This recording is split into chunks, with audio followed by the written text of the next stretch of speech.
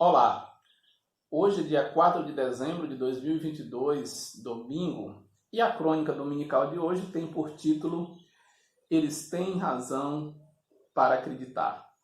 Eu me refiro ao pessoal que continua aí na frente dos quartéis, acampado, né, ora pedindo intervenção militar, ora protestando contra o que eles chamam de ditadura do STF, defendendo a liberdade de expressão, a família e lutando contra a ditadura comunista no Brasil. E por que eu digo que eles têm razão de acreditar? Veja, o presidente da República foi eleito, né, a partir de narrativas completamente fantasiosas, como o combate, né, ao que eles pejorativamente apelidaram de kit gay, né, que seria uma cartilha de ensino, né, de erotização de crianças distribuída por professores na rede pública. Vejam, uma coisa extremamente caluniosa, agressiva, né, que isso merecia uma investigação séria, um repúdio total da sociedade brasileira, porque em que pese de todos os defeitos, todas as falhas, são muitas, né, os professores da rede pública do Brasil, né, isso nunca se aventou, né, mas a sociedade chancelou, a sociedade aceitou. Não houve em nenhum momento um protesto sério, né, um posicionamento das autoridades, um posicionamento da sociedade civil de modo geral, das entidades, das instituições, né, da educação mesmo, os sindicatos, os empresários, as igrejas, as famílias, porque veja, com todos os problemas que tem, como falando, os professores brasileiros, né, os professores da escola pública, nós sabemos, né, quão difícil chega a ser quase algo sacrificoso ser professor na rede pública do Brasil. Então, por mais que tenham as suas falhas, não mereciam ser achincalhados, serem caluniados, serem vilipendiados com uma acusação tão grave, tão dura, tão leviana, de que os professores estariam distribuindo essas cartilhas para erotizar crianças, que professores estariam desenvolvendo uma ideologia de gênero nas escolas, né, uma doutrinação comunista. Né? Então, a sociedade aceitou isso. Né? Aceitou isso. Vejam, são narrativas completamente treslocadas. Por exemplo, ditadura comunista no Brasil, temos que evitar a ditadura comunista no Brasil, temos que defender a nossa liberdade, temos que morrer pela nossa liberdade. Ora, o comunismo, por exemplo, ironicamente, a gente tem, por exemplo, na Segunda Guerra Mundial, a gente vai ver que a grande luta na Segunda Guerra Mundial, a grande ameaça para a humanidade era o nazismo, né, de Adolf Hitler. E aí, quem é que combate o nazismo? Né?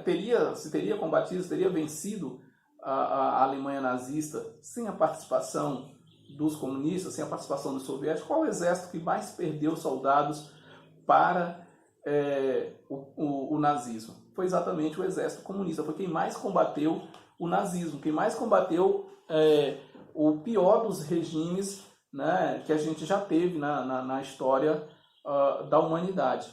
Não é? Aí a gente vem para o Brasil e nós temos duas grandes ditaduras, dois grandes períodos, né, de regimes totalitários no Brasil, com Getúlio Vargas, né, na década de 30 a 45, né, e nós temos os militares de 1964 a 1985.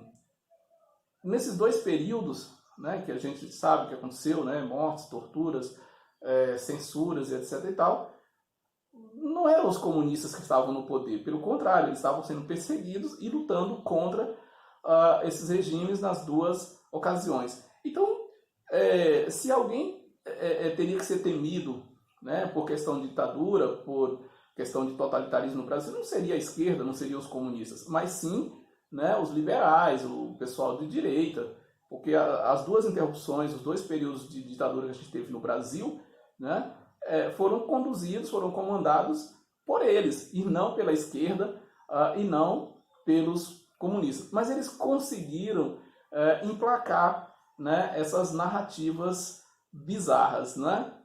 Agora, o mais interessante que eu vejo nesse momento, nessa nova empreitada, né, afora aqueles que estão ali conscientemente e que estão sendo instruídos e orientados, que fazem parte de uma estratégia para manter a imprensa ocupada, para manter a sociedade ocupada, etc., distrair o povo para que esqueçam, né, os crimes do presidente, e quando ele sai da presidência ele não seja preso, tem essa parte que está ali para fazer esse papel. O restante é porque realmente não tem absolutamente noção de praticamente nada, né? Porque veja, e pedir ajuda numa democracia para as Forças Armadas para resolver um problema político, não é? É mais ou menos, sei lá, como você tentar, né, recorrer a uma região desértica porque você está com sede, né? Ora, se você está com sede, não adianta você recorrer para o deserto, né? O deserto não é fonte de água, né? Então, assim, como é que você quer resolver um problema político, não é? Seja ele de que natureza for, com uma instituição a qual é vedada a participação política? Então, você percebe aí a anomia, você percebe a falta de coerência, a falta de sanidade dessas pessoas, não é? Porque, veja, as Forças Armadas, eu nunca tinha visto isso, né? E não pensei que viveria para ver, né? Num país, num Estado democrático de direito, você ter problemas políticos, como questão de urna eletrônica, o próprio processo eleitoral, posse, diplomação, todas essas questões, né? Liberdade de expressão, abuso de autoridade, todos esses questionamentos, né? E as pessoas recorrendo exatamente às Forças Armadas para resolver. Olha, o fato de ter convidado as Forças Armadas para participar da auditoria do processo eleitoral, das urnas eletrônicas, da checagem, da autenticidade das urnas eletrônicas, eu achei importante, de boa vontade do ministro, no momento em que o presidente queria um pretexto, né, para desqualificar, para deslegitimar o processo eleitoral. Achei que foi uma boa atitude, não é? Mas daí, esse gesto de consideração, vamos dizer assim, de afago, de demonstração, de homenagem, vamos dizer assim, às Forças Armadas, né, ao seu corpo técnico, a sua expertise no assunto da área de informática e tal, fazer essa menção, essa consideração, essa honra às Forças Armadas e colocar as Forças Armadas como uma instituição garantidora do processo eleitoral, como uma instituição para resolver os problemas políticos, para se posicionar politicamente. Qual é a posição política? Qual é o papel político das Forças Armadas em um regime democrático? O papel político das Forças Armadas em um regime democrático é não ter papel político algum, né? Militar não é político, militar não faz política. Militar cumpre ordem quando lhe é dada e pronto, quando ele é convocado, né, pelo seu superior, que no caso das Forças Armadas é o presidente da República, né, ou um dos presidentes dos outros poderes, né, e pronto.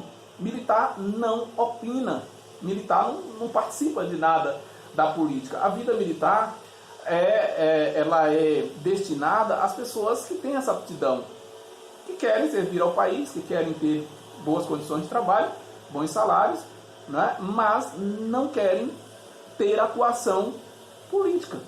E aí as pessoas recorrem para resolver um problema político justamente às Forças Armadas. E aí ganha toda essa proporção, a imprensa preocupada, os cientistas políticos preocupados, debatendo, discutindo qual é o papel das Forças Armadas, esperando declaração das Forças Armadas, que o presidente nomeie o ministro da Defesa, os comandantes, para poder agradar, para dialogar. Não tem que dialogar, não tem que debater, não tem que fazer nada. As Forças Armadas têm que apenas cumprir o papel institucional dela de obedecer o chefe e pronto. Nada, absolutamente nada mais do que isso. Então, isso mostra o tamanho da bizarrice, né, da anomia em que o Brasil está metido. Mas é isso aí, né? A crônica dominical de hoje fica por aqui e a gente volta no próximo domingo com mais um comentário. Até lá e uma boa semana a todos.